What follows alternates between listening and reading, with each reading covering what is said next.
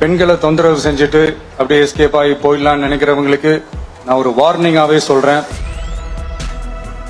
பெண்களுக்கு எதிரான குற்றங்களை தடுக்க நடவடிக்கை எடுக்க இந்தியாவிலேயே முதல் முறையாக இந்த சிங்கப்பெண் சிறப்பு படைக்காக 354 கோடிக்கு மேல ஒரு சில நிகழ்ச்சி மட்டும்தான் மனசுக்கு ரொம்ப நெருக்கமா ஃபீல் பண்ணும். அதை நினைச்சாலே ரொம்ப சந்தோஷமா ஃபீல் பண்ணும். அப்படிப்பட்ட ஒரு நிகழ்ச்சி தான் இன்னைக்கு இந்த சிங்கப்பெண் சிறப்பு படைய தொடங்கி வைக்கிற இந்த நிகழ்வு. உண்மையிலே மனசுக்கு ரொம்ப நெருக்கமான ஒண்ணு, சந்தோஷமான ஒண்ணு. நம்ம பாட்டி, அம்மா, அக்கா, தங்கைகள், ஒவ்வொரு வீட்டில் இருக்கிற பெண் குழந்தைகள், இவங்க எல்லாருக்குமான பாதுகாப்பை உறுதி செய்வோம்னு சொன்னோம். ஆனா அது எலெக்ஷனுக்காக மட்டுமே கிடையாது. மனசுல இருந்து நிஜமா, உண்மையா, உணர்வு பூர்வமா சொன்னதுதான். பெண்களுக்கு எதிரான இந்த கொடுமைகள்ல நமக்கு எப்பவுமே 0 டாலரன்ஸ் தான். அதுல ரொம்ப உறுதியா இருக்கிறோம். சோ சொன்னது எல்லாமே செய்யணும். கொஞ்சம் கொஞ்சமா, படிப்படியா அதை செயல கொண்டு வரணும். அதுல ரொம்ப தெளிவா இருக்கிறோம். அதனாலதான் ஆட்சிக்கு வந்த உடனே இந்த குறைஞ்ச நாட்களுக்குள்ளேயே இதை நடைமுறைக்கு கொண்டு வந்திருக்கிறோம். தமிழ்நாட்டில் இருக்கிற பெண்கள், பெண் குழந்தைகள் எல்லாருமே பாதுகாப்பா, தன்னம்பிக்கையோட இருக்கணும். அதுக்கான முதல் கட்டம் தான் இந்த ஸ்டெப். இது மனசுக்கு ஒரு மன நிறைவை கொடுத்தாலும் அதே நேரத்தில் பெண்களை பத்தின சில செய்திகள்லாம் கேட்கும் போது உண்மையிலேயே மனசு பதறுது, கண்ணு கலங்குது. அது கண்ட்ரோல் பண்ணவே முடியல. ஏன்னா நடக்கிற கொடுமைகள்லாம் யாருக்குங்க? நம்ம குடும்பத்தை சேர்ந்தவங்க தானே. எப்படி மனசு பதறாம இருக்கும்? அதனால பெண்களுக்கு எதிராக இதெல்லாம் ஏன் நடக்குது, எதுக்கு நடக்குதுன்றது மற்றவங்க மாதிரி ரீல்ஸ்லயும் இன்ஸ்டாலையும் தேடிட்டு இருக்க முடியாது. ரியாலிட்டிய புரிஞ்சுக்கணும். சோ இந்த பிரச்சனைகள்லாம் ஏன் நடக்குது அப்படின்றத அனலைஸ் பண்ணி பார்க்கும்போது சுத்தி சுத்தி பாத்தீங்கன்னா ஒரே இடத்துலதான் நிக்குது. போதை பொருள் நடமாட்டம். அதை வேரோட பிடுங்கி எறியணும். இது 2026 போன மாசம் மே மாசம் 10ஆம் தேதி இந்த பிரச்சனை புதுசா முளைச்சு வந்துடல. இது பல வருஷமா இருக்கிற பிரச்சனை.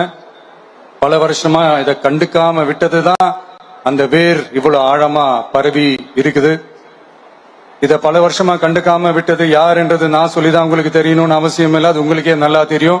இப்ப அதை பத்தி பேசியும் பிரயோஜனம் இல்லை. முதல்ல இந்த போதை பொருள் நடமாட்டத்தை வேரோட பிடுங்கி எறியணும். அப்படி எரிஞ்சாதான் இந்த பெண்களுக்கான இந்த சேஃப்டி ரொம்ப ஸ்ட்ராங் ஆகும். இது ரெண்டுமே ஸ்ட்ராங் ஆனாலே ஆட்டோமேட்டிக்கா சட்டம் ஒழுங்கும் சரியாகும். இந்த 3 விஷயம் சொன்னல, இந்த போதை பொருள் நடமாட்டம், பெண்களுக்கு எதிரான இந்த கொடுமை, இந்த சட்டம் ஒழுங்கு, இது 3மே ஒண்ணுக்கு ஒண்ணு இன்டர்லிங்க்ட் தான். இதுவும் இப்ப புதுசா வந்த பிரச்சனை கிடையாது. பல வருஷமா இது இன்டர்லிங்க்டா தான் இருக்குது. இதெல்லாம் ஏன், எதுக்குன்றது இப்ப முக்கியம் இல்லை. இது எப்படி சரி செய்ய போறோம்ன்றதுதான் முக்கியம்.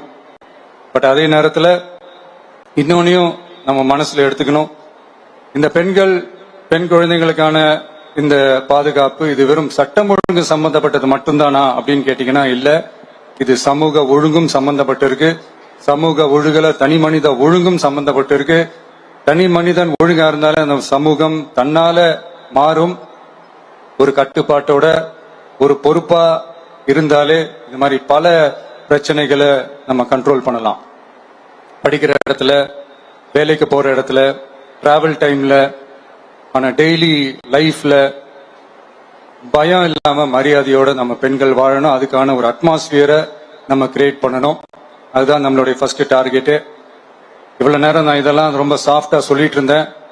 ஆனா பெண்களை தொந்தரவு செஞ்சுட்டு அப்படியே எஸ்கேப் ஆகி போயிடலாம்னு நினைக்கிறவங்களுக்கு நான் ஒரு வார்னிங்காவே சொல்றேன். பெண்கள் பாதுகாப்பை டிஸ்டர்ப் பண்றவங்க யாரா இருந்தாலும் அது சகிச்சுக்கவே முடியாது. அவங்களுக்கான தண்டனைக்கான அந்த நடவடிக்கைகள் எல்லாமே போலீஸ் டிபார்ட்மெண்ட்ல இருந்து ரொம்ப கடுமையான ஒரு தண்டனையா இருக்கும். கடுமையான ஒரு நடவடிக்கைகளா இருக்கும். அந்த தண்டனை, அவங்களுக்கான அந்த சார்ஜ் ஷீட் எல்லாமே ரொம்ப ஃபாஸ்டா ஸ்பீடா அது செயல்படுத்தப்படும். என்ன ஒண்ணு, அந்த ஸ்பீட்ல நிரபராதிகள் யாரும் தண்டிக்கப்பட்டிருக்கூடாது. இதையும் காவல் அதிகாரிகள் மைண்ட்ல எடுத்துக்கணும். தப்பு செஞ்சவங்களுக்கு மட்டுமே அந்த உண்மையான கடுமையான தண்டனை கோர்ட் மூலியமா வாங்கி தரணும். அப்பதான் அதை பார்த்து தப்பு செய்ய நினைக்கிறவங்களுக்கு கூட தப்பு செய்யக்கூடாதுன்ற அந்த ஒரு பயம் வரணும். இந்த சிங்கப்பெண் சிறப்பு படைக்காக நம் அரசு சார்பாக முதற்கட்டமாக 354 கோடிக்கு மேல நிதி ஒதுக்கப்பட இருக்கு.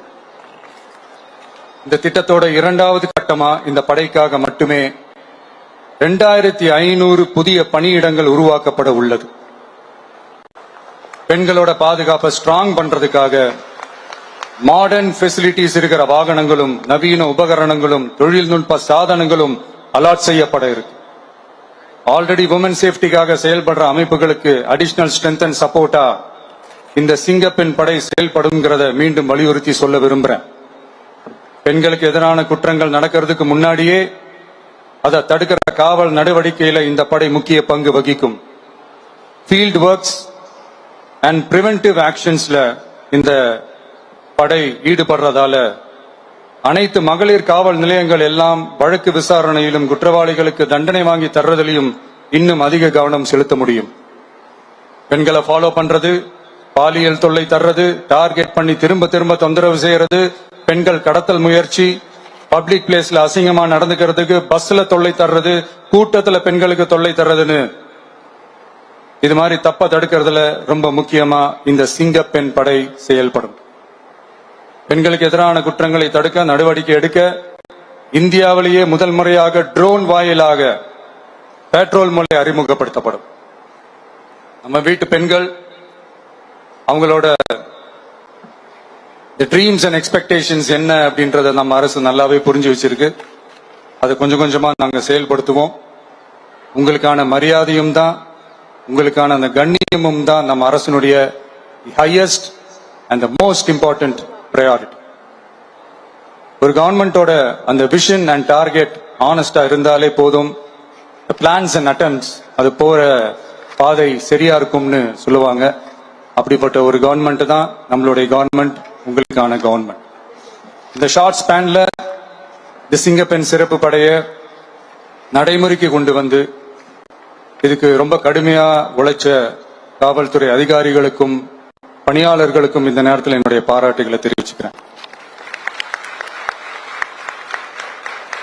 இந்த நேரத்தில் என்னை பொறுத்த வரைக்கும் ஒரு கவர்மெண்டோட முதல் சக்சஸ், முழு சக்சஸ் இன்ஃப்ராஸ்ட்ரக்சரோட வளர்ச்சியிலையோ பொருளாதார வளர்ச்சியிலையோ மட்டுமே இல்லை, அந்த ஸ்டேட்டோட பெண்களும் குழந்தைகளும் மரியாதையா வாழ்றாங்களா அப்படின்றதுல தான் அந்த கவர்மெண்டோட முழு சக்சஸுமே இருக்கு. அதோட சேர்ந்ததுதான் மற்ற எல்லா வளர்ச்சியும். அதுலயும் நாங்க கவனம் ஃபுல் கான்சென்ட்ரேட் பண்ணுவோம். கான்பிடென்டா இருங்க, நல்லதே நடக்கும், வெற்றி நிச்சயம். மீண்டும் சந்திக்கும் வரை நன்றி, வணக்கம்.